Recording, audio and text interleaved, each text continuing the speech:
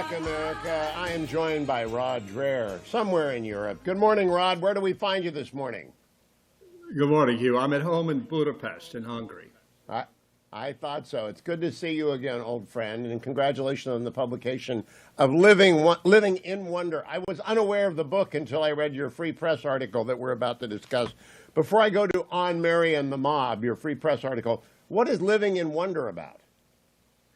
It's about rediscovering within Christianity a sense of enchantment, which is to say a sense of God's presence everywhere around us and how we've lost it and how we can get it back. I also talk about miracles, about angels, about demons, and about the false enchantments of the occult, of technology, and even the emerging religion of UFOs. It's a book about Christian woo, but again, I write it as a believing Christian. I think that Christians need to start paying a lot more attention to this stuff than we actually are. Now, you and I are of the same tribe, believing Christians. I believe you're in the Orthodox tradition. I'm in the Roman Catholic tradition, though I keep a condominium in Presbyterianism because I go to both. So, Rod, I want to begin by saying I didn't expect to come back from filling in for Dennis Prager on a Dennis Prager cruise, which has a lot of Jews on it, to talk about Christian heresy in my first half hour. But there you have it. I'm glad you're writing for the Free Press. Can we first talk about that? Is Barry Weiss just going around and collecting all the best writers in the world? Look, we are so blessed by Barry Weiss. She's a real hero of our time. I remember when I did my last book, Live Not by Lies, which is about the warnings that Christians who survived communism have for we in the West today dealing with wokeness. I was told by one of these Christians in Czechoslovakia that Christians need to make allies of good and courageous people wherever we find them.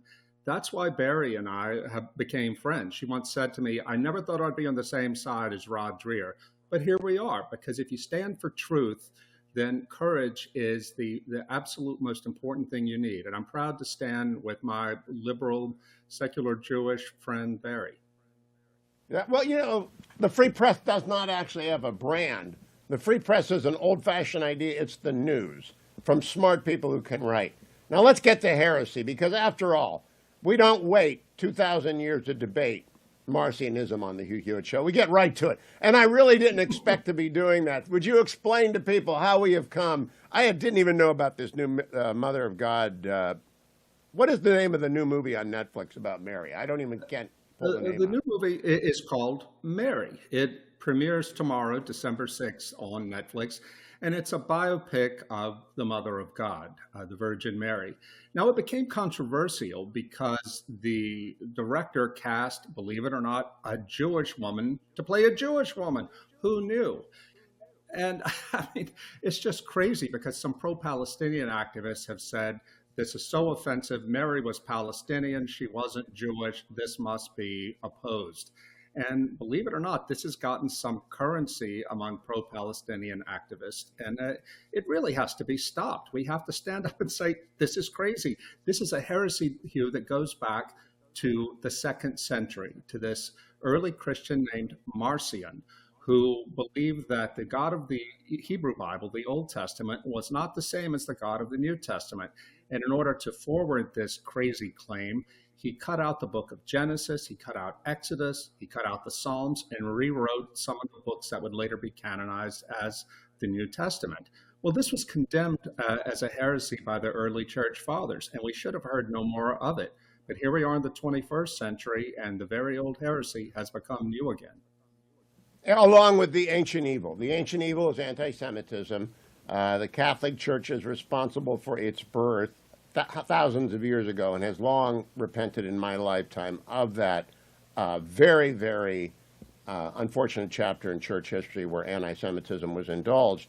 But anti-Semitism is back along with the 2nd century heresy. I want you to do them in whichever order you would prefer, Rod, because I do want to dispel anybody's doubt. It's sort of like there are Palestinian activists who deny that the temple is the temple. And having been to the temple and in the tunnels, I can assure people the temple is the temple and those blocks are there. And the Jews were there 2,000 years ago, and they were there in 70 AD when Josephus recorded the destruction of the temple, etc. But tell us, Rod, how in the world did modern believing people come to embrace the ancient evil and denounce Mary as somehow not Jewish?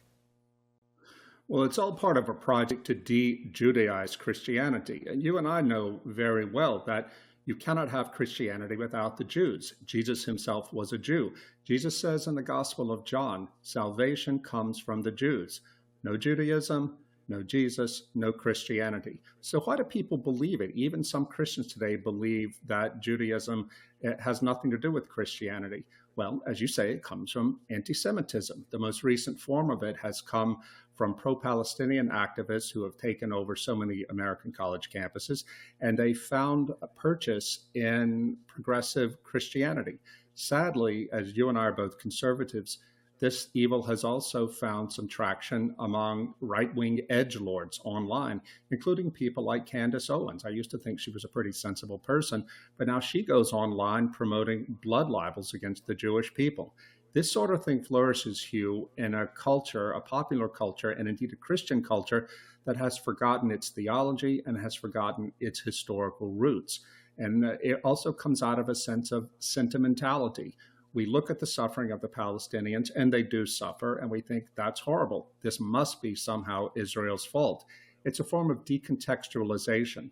They don't ask themselves, why do the Israelis, for example, why do they have to put up the border wall separating Bethlehem from Israel proper? The reason is suicide bombing in the Second Intifada. We even have a quote from a Palestinian Islamic Jihad leader from 2006 who lamented the fact that the Israelis built the barrier between Bethlehem and the rest of the country. He said, if it weren't there, things would be very, very different. Exactly.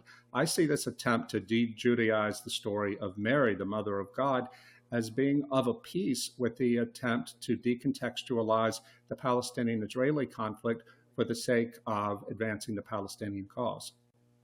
Rod, I want to ask you about, first of all, I love the phrase right-wing edgelords. I've not heard that before. If that's unique to you, you should just open up a symposium on right-wing edgelords. I usually approach such people by not talking about them. I really don't like to give any air to anyone, airtime or any of my attention to people who add fuel to the fire of, quote, Christian nationalism is a threat. In fact, I just gave a lecture to Dennis's audience. As Dennis recovers, I gave a lecture on the fact that there is no Christian nationalism to speak of. It is an insignificant number of churches and an insignificant number of places, and it ought not to be consuming America's secular elite, which is its own religion. Why do you want to call it out? Because there isn't much left of Candace's argument or any of the other right-wing edgelords. Why do you want to talk about it specifically? No, Hugh, I agree with you that it really is something very minor on the edge of conservatism and conservative Christianity. But I think we need to talk about it because these things have a way of gaining traction on the margins and making their way closer to the mainstream. I want to defend it or to attack it and defend traditional Christianity, not only because anti-Semitism is evil, but because I want to keep this sort of thing from infecting the church. I've seen over the past few years that things that people of my generation, I'm 57 years old, we don't see it as even a threat are actually threats building on the margins. I was told that when I was reporting my book, Living in Wonder, I was told by a 27-year-old Anglican seminarian in Oxford that my generation in the church does not see what an immense threat the occult is to Christianity today. And so we're not taking action against it. In the same way, I don't want anti-Semitism anywhere, but especially among our tribe, to gain any traction at all. So we have to speak out. Rod, let me ask you about the best news that you know. I sent a note off to my friend Archbishop Hugh a few weeks ago, having attended a mass in the Beltway offered by a young priest who was extraordinary, maybe the best homilist I'd heard in 20 years. I wanted to encourage him because he did a lot of work on the seminaries in Philadelphia and Denver. There are bad trends, like the revival of anti-Semitism on the fringe, but there are some good trends, including theologically sound seminaries. What is the best trend, in your view, in modern Christianity? Well, the fact that in the Catholic Church now, almost all the seminarians in America are conservative. And by conservative, I don't mean politically conservative, I mean theologically orthodox. Eventually, they will come to replace these aging and decadent baby boomer bishops that the Catholics have. In my own particular church, the Orthodox Church, there was news in the New York Post last week that a large number of young men are finding Christianity through Orthodoxy because Christian Orthodoxy, I mean the Eastern Christianity, it is holding the line on theological orthodoxy, and it is appealing to men by being masculine without being macho. And I think this is tremendously good news. We've heard about it for the last few years, especially since COVID, anecdotally from Orthodox priests around the U.S., but now it's really finally starting to make it into the mainstream. This is great news. Yeah, my friend John Mark Reynolds has long been an exponent of the Orthodox option, although I remain hopeful of a revival of serious theology in the Catholic Church. Let me close by asking Rod about the movie Mary, since it's coming out tomorrow night on Netflix. Is it any good? I haven't seen it yet. I have a Netflix subscription here in Hungary, so I will watch it. But, whenever we see Hollywood do anything to do with Christianity, telling the Christian story, I automatically get my back up because I figure they're going to make it woke. They're going to screw it up. But I'm going to give this movie a fair chance. The stories in the Bible, both the Hebrew Bible and our New Testament, are so rich and so deep. Jordan Peterson has done incredible work bringing it in a fresh way to a new audience, even though he's not formally a Christian. So I'm hoping it will be good. But if it's not, you can be sure, Hugh, that I and you will be speaking out about it. I'm so glad you mentioned Jordan. He's a continuing source of controversy with my Phoenix friends. And I said, they want me to have Jordan on. I said, well, I think Jordan will confuse people more than he will because he's not a professing Christian. What's your suggestion on that, Rod? No, I would have him on because Jordan is an ally. I consider him an ally because as a Christian myself, I gained so much from listening to his lectures on YouTube about the Old Testament. And I think that look, this goes back to the early church. I believe it was St. Basil the Great who said that it's okay for Christians to read what pagans write because all truth is God's truth. I pray literally for Jordan's conversion, but because he's not a Christian, I don't want to stop listening to him. Okay, well, that is well said. Rod, as always, congratulations on joining the Free Press. The new article is on Mary and the Mob. It is available, and his book is Living in Wonder.